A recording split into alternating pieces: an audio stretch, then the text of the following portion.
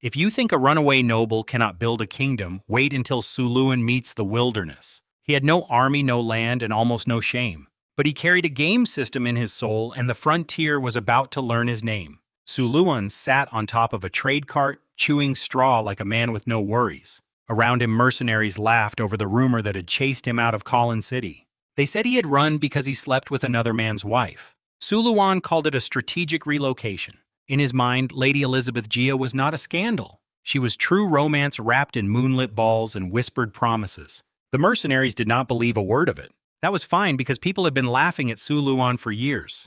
10 years earlier, he had not even belonged to this world. He had been an ordinary man in another reality, half dead from playing Rise of Empires 8 all night. One moment he was chasing stat boosts on a glowing screen. The next he woke in a land of swords, magic monsters, and noble bloodlines.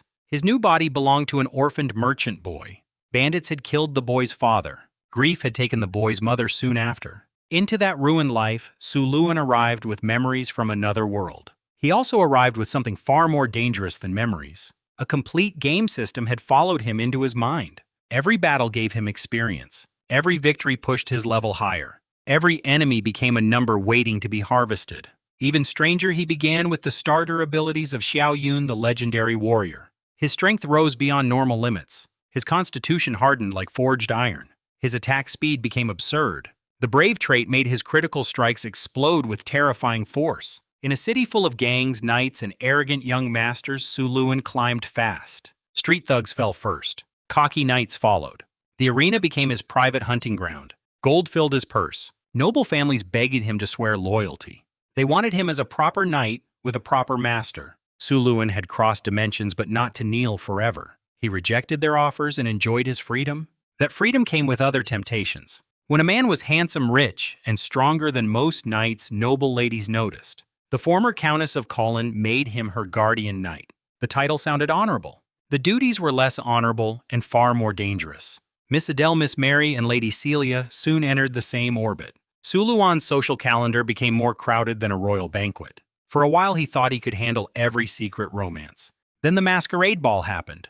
Behind masks, music, and expensive wine, too many private promises collided. Someone saw what should have stayed hidden. The new Count of Colin discovered enough to want blood. Technically, that Count was almost Suluan's stepson. That made the whole affair even worse. The Count ordered knights to arrest him. Suluan responded with his usual peaceful diplomacy. He slipped into Thorn Castle alone at night. Around 30 knights tried to stop him. Around 30 knights regretted it. By dawn, Suluan and the Count reached a friendly agreement. Suluan would leave town. The Count would stop trying to kill him. Everyone won, mostly Suluan. He said goodbye to the ladies, bought a fake noble title, gathered his savings, and joined a northern caravan. That was how he ended up on a dusty trade road with mercenaries mocking his love life. The wilds stretched around the caravan like an open mouth. Out there, every shadow could hide teeth. The drivers still laughed, but their hands stayed near their weapons. Then a scout came tearing over the horizon. Behind him rolled a dark wave of monsters. The warning shout hit the caravan like a thrown spear. Enemy attack. The cart swung into a defensive circle. Guards rushed to close the gaps. Archers climbed onto wagon beds. Merchants ducked behind crates and prayed. Suluan stood on the cart cloak hanging from his sword to block the sun. He saw the first gnolls clearly. Tall, dog-faced monsters charged across the road with green-black hides and yellow manes. Behind them came goblins and kobolds in messy swarms. On their own, goblins were pathetic. In hundreds, they became a living flood. Their leader was a gnoll chieftain named Yigis. Yigis had taken control of his tribe by killing his own father. That told Suluan everything he needed to know about gnoll family values. Around Yigis marched elite gnoll berserkers. They were bigger, crueler, and proud enough to think this caravan was already meat. The chieftain's plan was simple. Let the weak monsters exhaust the defenders. Then send the gnolls to finish the slaughter. The caravan saw doom. Suluan saw something else. Experience points. Hundreds of beautiful, growling experience points were running directly toward him. He gripped his spear and smiled. The first wave crashed against the carts. Goblins and kobolds screamed as they climbed over each other. Spears jabbed through the gaps. Arrows dropped monsters into the dirt. The guards were frightened, but they knew their work. Suluan took a long spear from the cart and joined from above. His thrusts moved so fast they left pale trails in the air. Every swing opened another throat. Every jab kicked another monster back into the crowd. The ground before the wagons turned slick and red. For nearly a quarter of an hour, the lesser monsters died by the dozens.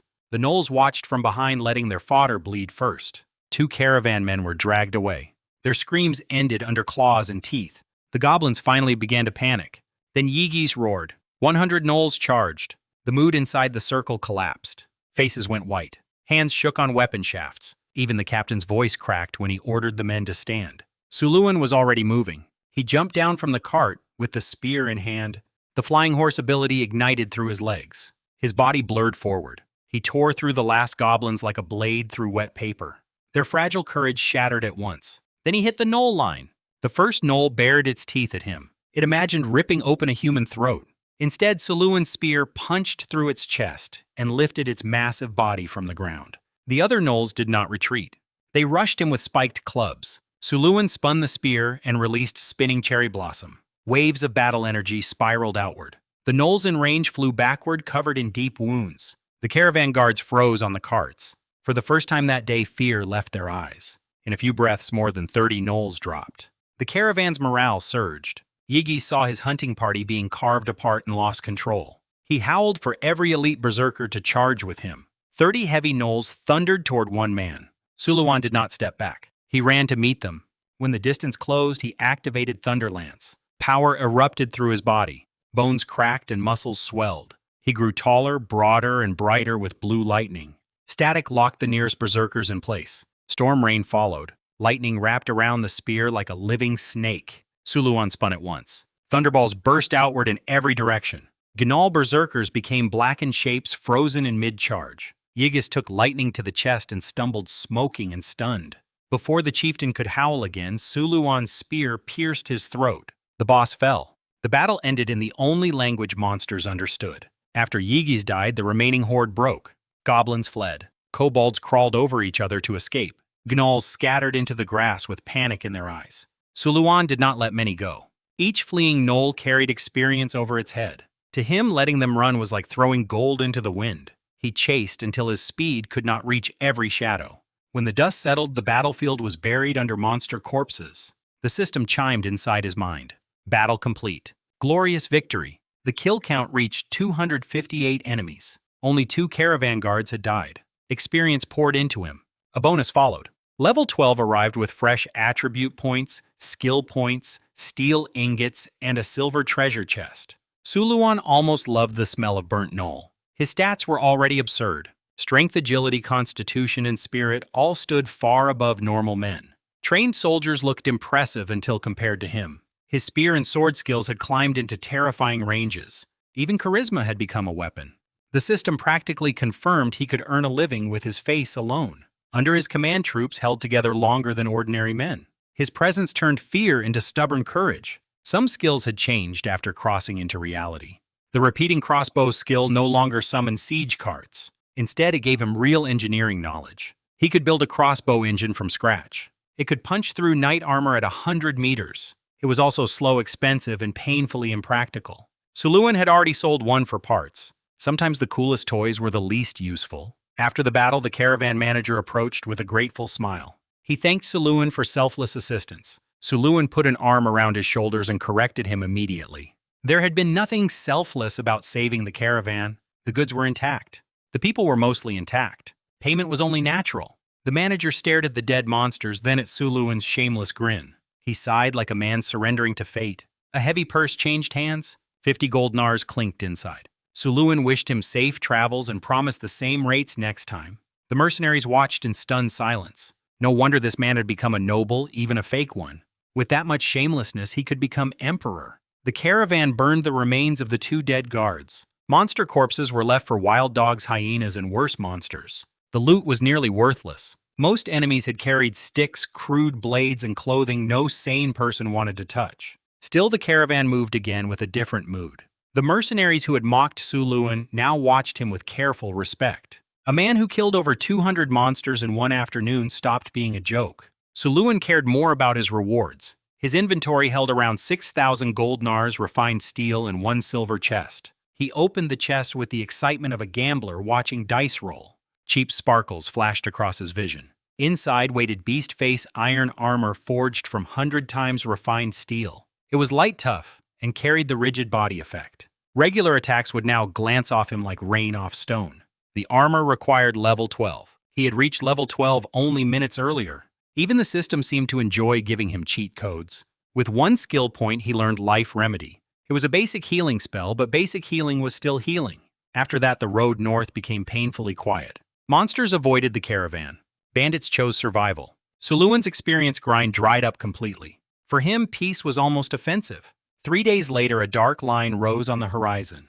It became walls, then towers, then the great northern trade hub called Cult City. Built first as a fortress, Cult City had grown into the crown jewel of the northern province. Its walls stood over 30 feet high. A diverted river formed its moat.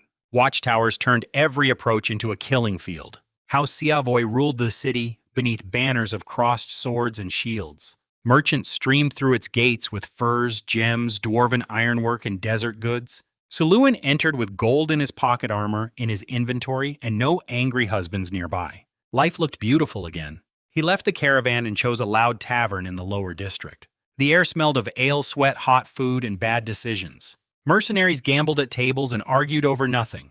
Barmaids shouted like battlefield commanders. Suluan ordered lamb chops and beer. After weeks of campfire food properly cooked, meat nearly felt divine. He ate, drank, and listened.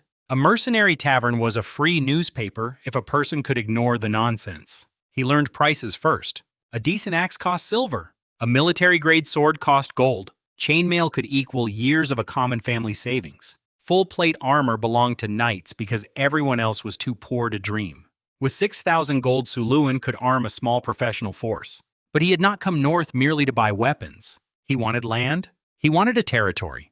He wanted a place where his word was law. In the Florence Kingdom, there were only a few paths to land and title. Being born noble was impossible to arrange late. Military service might earn a poor village after years of risk.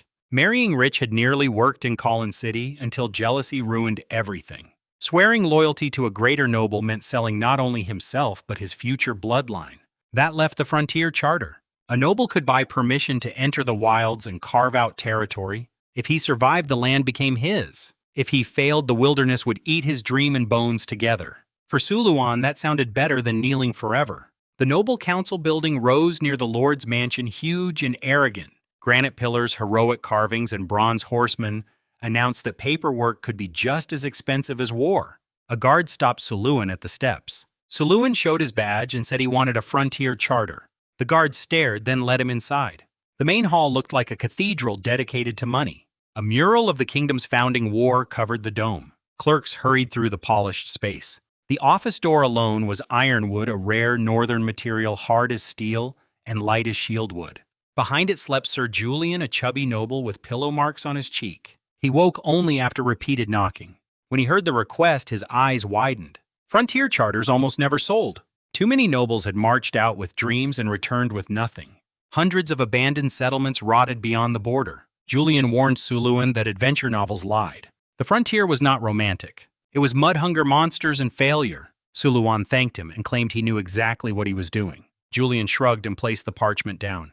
500 gold nars bought permission to die in the wilderness. Suluan signed without blinking. The seal struck the parchment. His future became official. Next came people. A frontier settlement needed soldiers, workers, farmers, smiths, carpenters, tools, medicine, grain, and discipline. Almost no free citizen would willingly move into monster country. Desperate farmers might consider it. Homeless drifters might listen. Everyone else preferred poverty inside walls to freedom outside them. So Suluan went to the slave market. The smell hit before the gate. Mud, sweat, sickness, and despair mixed beneath the sun. Cages held thin people in rags with empty eyes and whip scars. Cheap dealers swarmed him at once. Suluan ignored the broken bodies that could barely stand. He needed soldiers, not scarecrows. Deeper inside, the market improved. There were trained laborers, craftsmen, and costly specialists. There were also temptations he forced himself to walk past. Pretty female slaves tested his willpower. Beastfolk girls with ears and tails nearly destroyed it. But a future territory came first. Then he saw the fighters. Northern barbarian soldiers stood tall, scarred, and powerful. Most were over 6 feet. Some looked like walking walls. They were loyal, once bought because their tribes treated every outsider as an enemy. The problem was price. Fully equipped, each elite soldier could cost more than Suluan wanted to spend. 30 men would not build a territory. Then he noticed the unwanted group in the corner. Warriors, elders, women, and children stood together as one broken tribal unit. They were berserkers from the north. In battle rage turned them into killing machines. It also stripped away discipline tactics and sometimes the ability to tell allies from enemies. Armies hated them. Only suicide squads wanted men who could not stop once released. Because this group included families no buyer wanted the burden. Suluan saw what others missed. Frontier warfare was not clean battlefield formation. It was chaos in forest, hills, and monster dens. Berserkers were perfect for that chaos. Their families were not a weakness. Their families were an anchor. Give those families safety, and the warriors would fight like demons to protect it. The dealer beside them looked desperate. His name was Ka, though his expression said failure more clearly than any name. He had bought the group cheaply from another trader. Then he learned nobody wanted berserkers as bodyguards. He was feeding 126 people and selling none. Suluan asked if they were for sale. Ka nearly glowed with relief. He began at 10 gold each. Suluan treated the offer as an insult. He turned to leave. Kay panicked and lowered the price. Suluan said he only wanted the adult warriors. Kay insisted the families had to stay with them. That was exactly what Suluan wanted, but he hid it. The price dropped again. 6 gold each. Suluan accepted before the dealer recovered. 126 barbarians for 756 gold. Kay lost money, dignity, and probably several nights of sleep. Suluan gained 35 warriors and almost 100 family members. He bought an abandoned military camp at the edge of Cult City. The place looked ready to collapse. Roofs sagged. Walls crumbled. History had not been kind. But the bones were solid, and it was large enough for his new people. Craftsmen began repairs. Suluan gathered the barbarians in the training yard.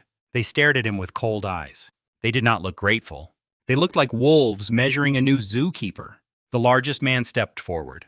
He was Johnson of the Storm Bear tribe. His tribe no longer existed. He asked if Suluan had bought them as cannon fodder. Suluan answered with blunt logic. If he wanted cannon fodder, he would not have bought grandmothers and children. He had a frontier charter. He needed warriors to build a territory. When the territory stood, he would free them and grant citizen status. Their families would stay safe in Cult City until the land was secure. Suluan would pay for their food. They could send people back to check on them. Johnson understood the bargain at once. It protected the families and prevented the warriors from vanishing into the wilds. Both sides held insurance. Both sides gained something. Johnson agreed. The camp changed in a single afternoon. Barbarian women hauled rubble heavier than grown men. Children carried loads that would shame farmers. By evening, the camp became livable. Suluan did the numbers that night. 35 barbarian warriors, almost 100 support family members, and a fierce reason for loyalty. It was the best purchase of his life. Then came supplies. Weapons, leather armor, carts, grain seeds, tools, tents, medicine, and building materials devoured gold. Food was the largest cost. A settlement could not plant crops and eat them the same week. He needed enough to survive until harvest. His savings shrank so fast it felt like magic. He bought clothes for warriors who had arrived in rags and scars. Walking through West Market with 30-plus giant barbarians behind him changed every negotiation. Crowds parted before them. Shopkeepers discovered generous discounts. Suluan armed the men with two-handed axes. In barbarian hands, those human-sized axes became one-handed weapons. He imagined them dual-wielding through monster hordes and nearly shivered with joy. He hired extra mercenaries for the first expedition. He left 2 months of food for the families in Cult City. Then he rolled out with 30 wagons, 35 barbarians, hired guards, tools, grain, and a dream expensive enough to kill him. The caravan passed Blackstone City, the last human fortress of the kingdom. Beyond it, roads ended. Civilization ended. The true frontier began. Monsters watched from grass stones and tree lines. They did not attack at first. The caravan looked too large. But day by day, more red eyes followed. By the 4th day beyond Blackstone, more than 100 creatures trailed behind. Suluan smiled. It was time to test his new soldiers. The system recognized them as the Northern Barbarian Guard. Their morale stood high. Johnson appeared as a hero unit. The barbarians had upgraded into proper warriors under Suluan's command. They also unlocked Rage, the beautiful disaster that made berserkers feared. Pain dulled. Strength surged. Thoughts became optional. Johnson stood higher still as a barbarian champion with tenacity and whirlwind slash. Because bows were hopeless in their huge hands, Suluan gave them throwing hatchets. They were terrifyingly accurate. He stopped the wagons and ordered Johnson to clean up the tails. The barbarians charged like a shirtless landslide. 2 volleys of axes ripped through gnolls, goblins, and kobolds before melee began. Then steel met sticks. There was no fair contest. Leather armor ignored claws. Axes opened bodies like wet cloth. Johnson spun through the mob with his enormous axe, leaving a red road behind him. The monsters broke in minutes. 87 died. No barbarian fell. The system declared another glorious victory. Morale reached its limit.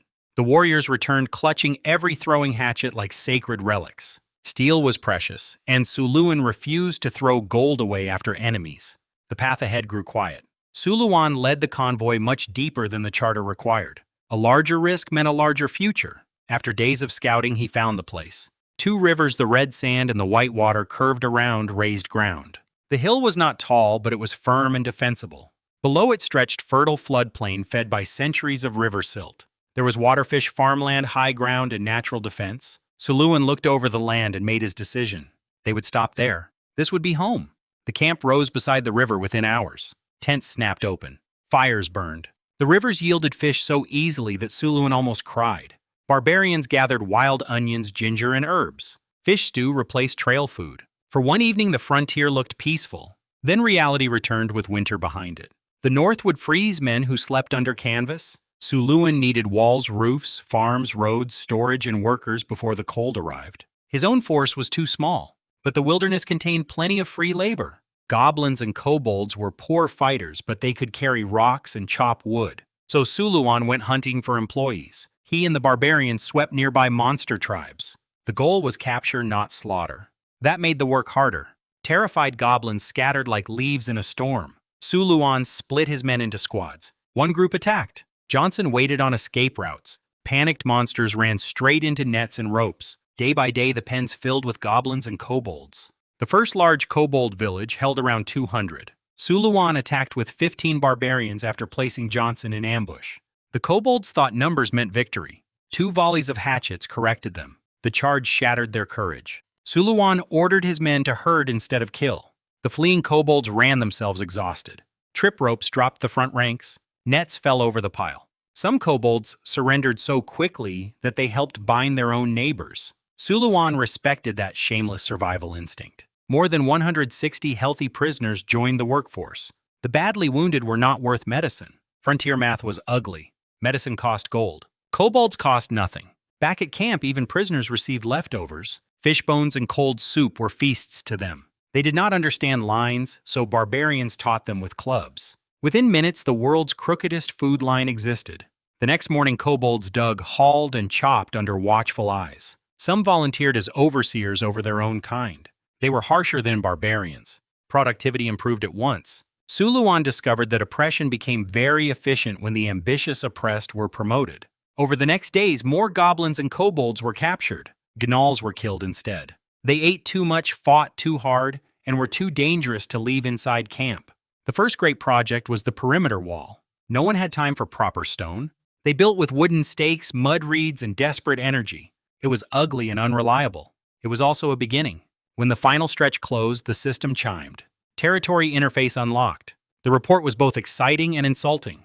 The settlement had no name. Its public morale was low. Its income was negative. Its wall looked unreliable and probably was. Suluan stared at the numbers and rubbed his face. He was not yet building a kingdom. He was running a monster-filled charity with a mud fence. Still, the system unlocked construction options. Lord's Castle, barracks, residential houses, farmland, beacon towers, logging camps, markets, roads, security offices, wells, a river port. The list read like a city-building game, except every mistake cost real lives. Suluan split the workforce. Some plowed fields. Some built docks and fishing boats. Some gathered bird eggs from the reed beds without ruining the nests. Fish eggs, black bread, and river herbs became daily food. He planned the city carefully. The port and market would face the rivers. Barracks would stand east. The Lord's Castle would rise in the center. On paper, it looked magnificent. In reality, it was a mud camp filled with monsters who needed supervision. Then the monster hunts paid off again. Suluan reached level 13. 5 barbarians became barbarian champions. A silver chest gave him a skill book called Stone Wall Formation. The system adapted it into mud to stone. With one spell, Suluan could raise a solid wall from packed earth. He learned it instantly. It worked both ways. Mud became stone became mud. Siege warfare suddenly looked very different. He tested it near the wall. Golden light sank into the ground. Earth rumbled upward. In seconds, a real stone wall stood where mud had been. Suluan knocked on it and heard solid strength answer. He put his saved attribute points into spirit to cast more. Every morning and afternoon he used the spell until his magic ran dry. The pathetic mud wall slowly became a proper fortress. Kobolds stared at their weeks of labor turning into stone in seconds. Suluan felt no guilt. Their mud had made the spell possible. Sort of. While mapping the land, another system function awakened. A strategic map opened before him like a living miniature world. Hills, rivers, forests, and cleared areas appeared in perfect detail. Green dots marked allies. Yellow dots marked hired mercenaries. Blue dots marked slaves. Red dots marked hostiles. Within his territory, he could see the battlefield almost like a god. Outside it, fog of war still waited. The map made patrols cleaner and ambushes harder. It also showed how tiny his territory was compared to the world. Suluan felt humbled for about one heartbeat. Then he felt motivated. Fields inside and outside the walls were planted with potatoes. Wheat tasted better, but potatoes produced far more food. Survival outranked flavor. The port began pulling in hundreds of pounds of fish per day. Dried fish filled the warehouse. The warehouse finished before the castle because food mattered more than comfort. Suluan guarded it like a treasury. In the frontier, grain was gold. Roads became his next obsession. He hated the filthy streets of Cult City and Collin City. Mud sewage, dead rats, and chamber pots had convinced him that civilization was overrated.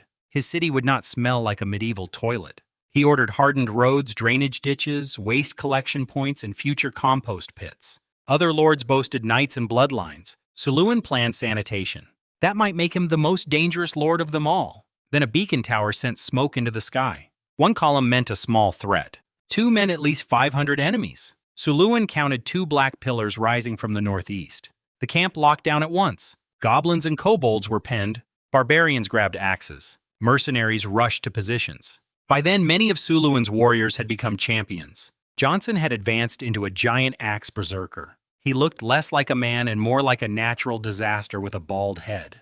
The mercenary captain Jean suggested abandoning camp. Suluan stared until Jean's voice died in his throat. Running meant losing everything. Fighting could secure the region. Then Suluan offered rewards. Good fighters would receive farmland. Exceptional fighters could earn knighthood. Fear changed into greed. Greed hardened into courage. The scouts returned with worse news. The enemy force had gnolls, goblins, kobolds, and more than a dozen trolls. Trolls changed every calculation. They were huge, strong, and famous for regeneration. Only magic fire or acid could kill them for good. Suluan had magic. The camp had fire. That was enough for a plan. He opened the warehouse and ordered a real meal. White bread smoked, meat sausages, fish mushrooms, ale, and thick stew came out. If they might die the next day, they would eat like kings first. Warriors sat in dirt with bowls in hand, staring toward the horizon. No one joked much. Johnson ate quietly beside Suluan. Suluan did the math. Cannon fodder could be captured later. Gnolls had to be broken. Trolls had to burn or freeze. The east wall was still partly mud. The enemy was coming from the northeast naturally. Suluan ordered traps around the approach. Barbarians set pits, spikes, and falling stones with tribal skill. Craftsmen stacked dried reeds inside the east gate area. The reason would become obvious soon. In the afternoon, the horde appeared. The scout had said 700. The real number was closer to 1,400. The mercenaries nearly lost their souls. Jean begged again to release slaves as bait and flee. Suluan laughed at the horde. He called them chickens and mud dogs. More importantly, he called them future construction workers. The barbarians cheered. The monsters loosed arrows first. Weak kobold bows failed against armor and axes. A gnoll commander crushed a goblin in rage and ordered the charge. The horde surged toward the east gate. Traps opened under them. Spikes pierced feet. Boulders smashed skulls. Fallen monsters were trampled by those behind. The wave slowed but did not stop. The gate broke. Suluan had wanted it to break. Monsters flooded through, drunk on the idea of loot, meat, and victory. They entered a corridor of stone walls Suluan had raised with magic. 30 meters long. Narrow. Too high to climb. The wide horde squeezed into a killing funnel. At the end stood 2 lines of barbarians with axes raised. The front monsters tried to stop. The thousands behind shoved them forward. The meat grinder began. Axes rose and fell with brutal rhythm. Bodies dropped in layers. The corridor floor disappeared beneath blood and corpses. Numbers became a weakness. They could not spread out. They could not flank. They could only shuffle forward into blades. The barbarians rotated lines when tired. The rear monsters kept pushing, not knowing death waited ahead. Suluan counted until the corridor was packed as tightly as a sealed jar. Then he ordered the barbarians back. The monsters surged forward, thinking the defenders had broken. A new stone wall erupted before them. The exit sealed shut. The packed horde slammed into rock. Suluan gave the next order. Fire pots flew over the walls. Oil burst across the crowd. The dried reeds ignited. The corridor became an oven. Flames leapt from body to body. Screams echoed between stone until they became one terrible sound. The portcullis dropped behind them. The magic wall blocked the front. Stone trapped them on both sides. Some climbed over burning bodies and escaped. Barbarians and mercenaries cut them down outside. Most stayed trapped as the fire consumed air, flesh, and courage. Suluan left the burning box before the screams faded. Enemies still remained outside the walls. He led the barbarians through the west gate and circled around. A mob hammered at the east portcullis from outside. 2 trolls were denting the iron bars with giant clubs. When they saw Suluan and 35 barbarians coming, the Gnoll commander organized them. Kobolds and big goblins formed a crude front. Trolls waited behind. Gnolls held the flanks. Suluan respected the tactic for about half a second. Then he tightened his beast face iron armor and formed a wedge. He stood at the tip with his spear. The barbarians became the arrowhead behind him. They charged. Kobold arrows fell uselessly. Hatchets shattered the big goblin spear wall. The wedge tore through the center. Gnolls rushed to stop them. Suluan's spear smashed one so hard the body folded around the shaft. Others flew aside like broken toys. Behind him, barbarian champions used whirlwind slash. Energy-bladed axes carved gnolls apart. The enemy commander screamed orders that no one obeyed. Then 9 trolls charged. One swung a 100-pound club at Suluan's head. He blocked with his spear. The refined steel bent, but he held. The troll flew backward from the rebound. Suluan bent the spear straight again with his bare hands. The remaining trolls came together. He released Frostblade. 3 blades of ice formed before him. The temperature fell sharply enough to lock nearby muscles. The blades shot forward. For 1 perfect second, the trolls froze mid-stride. Then they fell apart. Clean frozen sections hit the ground without blood. Regeneration meant nothing when every cell became ice. The Frostblade carved a corridor of death through trolls, gnolls, and big goblins. The monster army saw its unkillable giants become frozen meat. Their courage collapsed. The Gnoll commander turned to flee. Suluan activated Flying Horse and hunted him down. He threw his spear like a javelin. It punched through the commander and pinned him to the ground. Every surviving monster saw the end and lowered its head. No one dared meet Suluan's eyes. The system chimed with a new rank of victory. Epic victory. His reputation began spreading through the wilds. Experience flooded in. He reached level 14. 2 silver chests. Gemstone skill points, attribute points, and advanced tenacity became his reward. Normal attacks would now deal far less damage. His health, stamina, and recovery all rose. Suluan was becoming a man most enemies should not bother trying to kill. Then Johnson arrived with a grim face. 3 barbarians were badly wounded. The worst had his chest torn open by a Gnoll champion. Suluan knelt beside him and became a leader instead of a gamer. He set broken ribs, endured the man's scream, and cast Life Remedy. Green light slowed the bleeding. A second cast stabilized the wound. He treated all 3 with magic powder and bandages. They would live. They would not fight for a month. In this world that counted as a miracle, after the battle, every surviving barbarian advanced to champion. Johnson became a barbarian berserker lord. His strength, tenacity, rage, pain resistance, and recovery all improved. Suluan looked at him and imagined proper iron armor. The thought was terrifying even to him. The final count was savage. Hundreds burned in the trap. Hundreds died in the field. Fewer than 100 escaped. Around 500 were captured alive. Big goblins, kobolds, and even some gnolls joined the workforce. They were too traumatized to resist. They had watched trolls freeze, commanders die, and friends burn inside stone. Rebellion vanished from their schedules. The kill box burned until midnight. The next morning, opening it nearly broke every stomach in camp. Charred bodies filled the corridor. The smell of burnt hare meat and smoke ruined everyone's appetite for days. They buried the remains in a huge pit.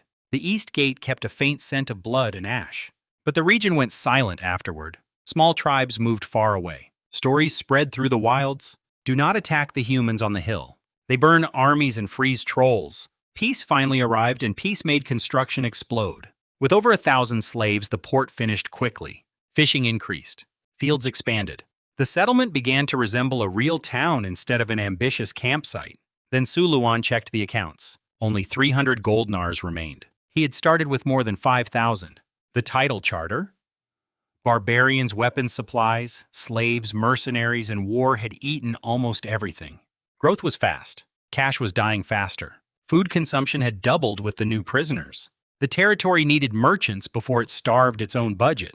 Suluan sent Johnson back to Cult City. He ordered him to bring the barbarian families to the settlement. The land was safe enough now. Those women and children could work harder than many grown men. He also told Johnson to spread word that Lord Suluan had established a real frontier territory. Merchants loved risk when profit smelled strong enough. While Johnson traveled, construction continued. The blacksmith shop was completed. The system erupted with new menus. A weapons and equipment database unlocked. Swords, spears, armor materials, blueprints, and manuals appeared before Suluan like a medieval shopping catalog. Then the prices punched him in the soul. Dark iron cost fortunes. Legendary materials were locked or unavailable. He could not afford a single complete premium equipment set. The lord of a new territory, conqueror of monsters, was too broke to buy armor from his own system. Still, making equipment locally cost far less than buying it outright. If he found an iron mine, prices would drop even more. That thought mattered because his barbarians were badly under-equipped. A proper champion needed heavy axes armor, throwing weapons, and backup gear. His men had leather vests and improvised weapons.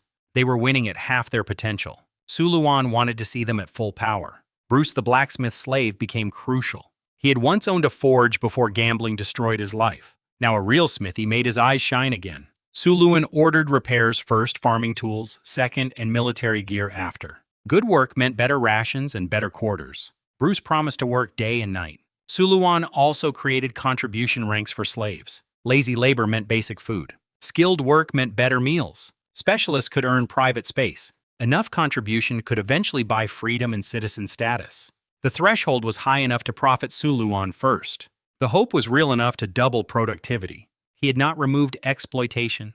He had organized it. Scrap weapons from gnolls and trolls became the first real treasure. Crude iron clubs and blades were ugly, but iron was iron. Bruce melted them down into usable ingots. Thousands of pounds of scrap meant armor, axes, and tools. The smithy roared like a furnace beast. Suluan then noticed the limits of local fuel. Without coal, they relied on charcoal. He remembered enough from his old world to preheat air before feeding the furnace. That pushed heat higher. Cleaner iron became possible. Bruce knew the traditional folding method for better steel. The process was slow, but the smithy had started moving. Money remained a nightmare. 2 silver treasure chests waited in Suluan's inventory. He opened both. One gave mechanical mastery. The other gave North Star celestial elixir. Mechanical mastery filled his mind with gears, wheels, pulleys, shafts, hammers, bellows, and machine logic. The end of the skill path hinted at golem construction. Steel golems could crush night orders. That dream was far away. The immediate value was water-powered machinery. The elixir looked like bottled night sky. Suluan drank it without hesitation. Cool power spread through his body. His constitution rose by 3 points. He became even harder to kill. Then he built the first water-powered forging hammer. A river channel drove a great wheel. A cam lifted the hammer. Gravity smashed it down. Boom after boom rang across the smithy. Every strike landed with the same force and angle. The machine did the work of many exhausted blacksmiths. The system integrated it into the shop. Production speed tripled. Steel quality improved. Bruce lost his place as Suluan's favorite employee to a wooden machine. Next came water-powered bellows. The same river force pumped superheated air into the furnace. The flames roared hotter than before. Iron melted faster and cleaner. Suluan ordered 35 custom equipment sets for the barbarians. 2-handed axes were redesigned for 7-foot warriors. Each axe weighed around 30 pounds. A normal man could barely lift one. A barbarian champion could swing it like a proper weapon. The first axe went to Hans for testing. He cut through a thick pine log in one swing. A troll's spiked club broke after a few strikes. Hans grew so excited that he nearly shaved Suluan's eyebrows with the blade. Suluan kicked him across the yard and ordered him to cut trees. No trees meant no dinner. Every barbarian suddenly discovered discipline.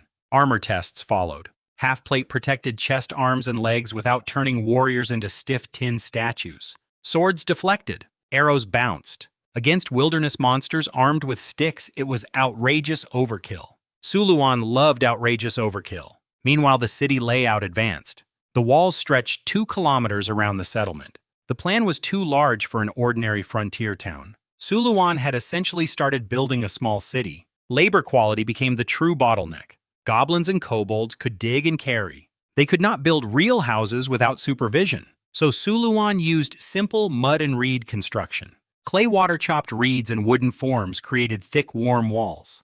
They were ugly, cheap, fire-resistant, and good against northern cold. Human craftsmen supervised.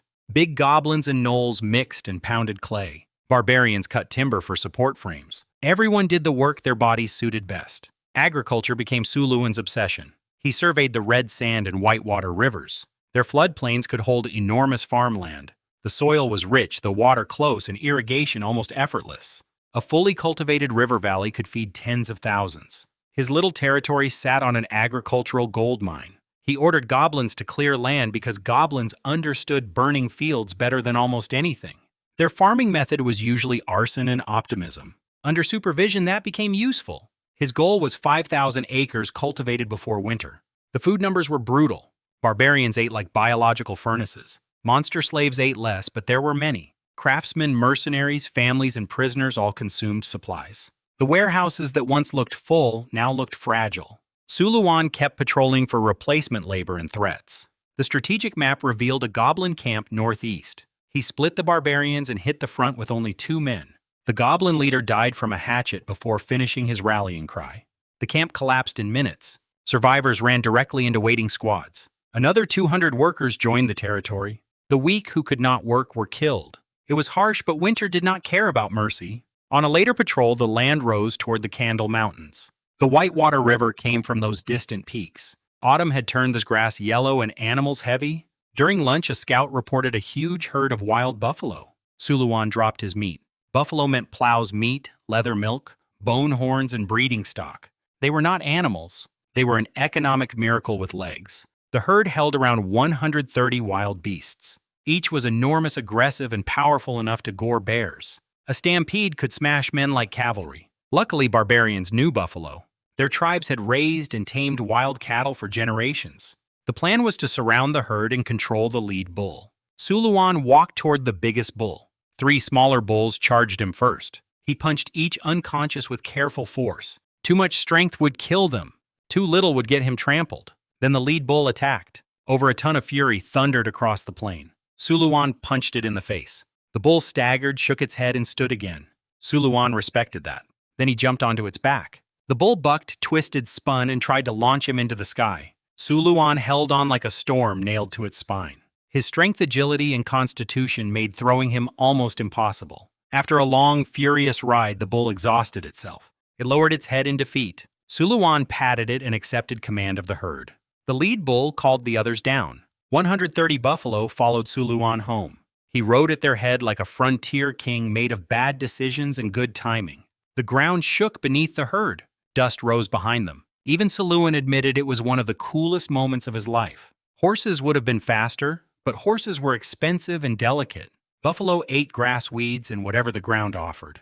Their bodies became labor meat, leather horns, and future herds. Nose rings could turn murder cows into obedient draft animals. 2 barbarians could hold even the worst bull down long enough. The final count included adult bulls, cows, and calves. Barbarian women and children took charge of taming them.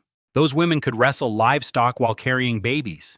The territory's future suddenly looked much less hungry. After 1 month in the wilderness, the change was staggering. The port had expanded from crude fishing boats to real dock space. Water wheels lined the river. 2 powered forging hammers worked. 1 powered the bellows. Another crusher waited for the iron mine Suluan still planned to find. The walls had fully become stone. 5 meters high and 1 meter thick, they circled the settlement. They were not cult cities' walls. Against goblins, kobolds, and gnolls, they were a nightmare. The safety rating climbed. The roads made Suluan proudest. Packed earth river stones, rollers, and drainage ditches created hard, smooth streets. They did not melt into mud when rain came. They did not collect sewage. They were better than most roads in Florence Kingdom. A grid formed inside the walls. Residential plots. Commercial space, military areas, public toilets, drainage routes, and waste collection points all had places. This world dumped filth out windows. Suluan was building sanitation like a secret weapon. Outside the walls, hundreds of slaves opened farmland. Goblin overseers, kobold supervisors, and even gnoll foremen managed their own kind. Better food had turned betrayal into administration. The system recognized goblin overseers as a unit that improved work efficiency. Suluan had invented monster middle management. It was exploitative. It was also spectacularly effective. Demotion terrified overseers more than punishment. Their former victims would welcome them back with revenge. Johnson eventually returned from Cult City with the families. The reunion shook the camp more deeply than any victory horn. Children ran to warriors who had been pretending not to worry. Women inspected the settlement with sharp, practical eyes. Elders touched the stone walls and muttered blessings from a dead tribe. For the barbarians, this was the first safe home they had seen since Stormbear fell. Their loyalty changed that day. Before they followed Suluan because the bargain was useful. After they followed because their families slept behind his walls. That difference mattered more than Chain's contracts or promises. The women took over livestock, cooking, clothing, and camp order with terrifying speed. The children hauled lighter loads and learned where not to stand near the smithy. Old men who could barely fight still knew weather signs, meat curing hides, and northern herbs. Suluan had not merely bought warriors. He had imported a culture built for surviving brutal land. The mercenaries noticed the change too. Some began wondering if their temporary contracts should become permanent futures. 20 acres sounded nice before battle. Now those acres had stone walls, roads, fish fields, and buffalo. The reward no longer felt like a fantasy. It felt like the first piece of a real estate. Suluan let that hope spread. Hope was cheaper than wages and stronger than fear. The craftsmen also worked harder under the new ranking system. A carpenter who finished a frame early received meat. A mason who trained 2 assistants earned a private bunk. A scribe who kept clean accounts ate with the skilled workers. Every promotion taught the camp that effort could change tomorrow. Every demotion taught them that comfort could vanish quickly. Suluan did not pretend to be gentle. He simply made obedience profitable and laziness painful.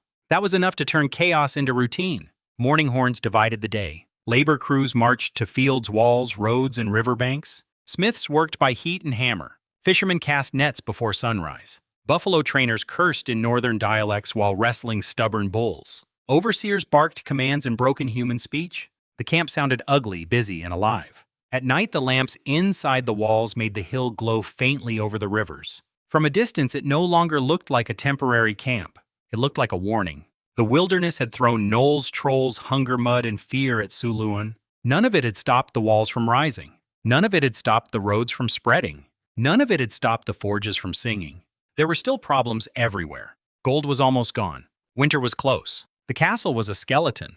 The iron mine was still only a suspicion. Merchants had not yet proven they would come. A dragon, an orc army, or one noble order from the kingdom could still ruin everything. Suluan understood all of that. He also understood that a month ago there had been nothing here but grass and monsters.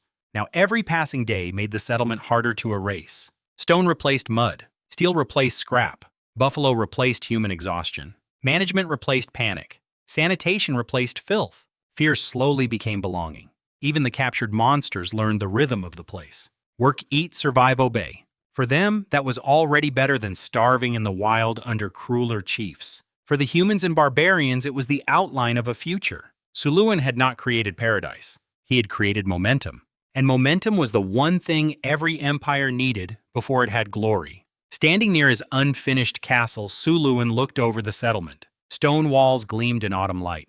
Roads crossed in clean lines. Water wheels turned beside the river. Fishing boats rocked at the dock. Buffalo moved toward new fields. Smoke rose from the smithy. Everywhere construction sounded like a heartbeat. 1 month earlier, this had been empty wilderness. Now it had roads, walls, farms, docks, sanitation machines, and an army being forged in steel. Suluan was still broke. The castle was still unfinished. 1,000 monsters inside the walls would probably eat him if they ever dared. But the territory was alive. It was growing. And it belonged to the man who refused to kneel. The fake noble title had become something dangerously real. The game system had given him power. The wilderness had given him space. His shamelessness had given him opportunity. And with stone under his feet, steel in his forges, and buffalo in his fields, Suluan had turned empty land into the first heartbeat of his future domain.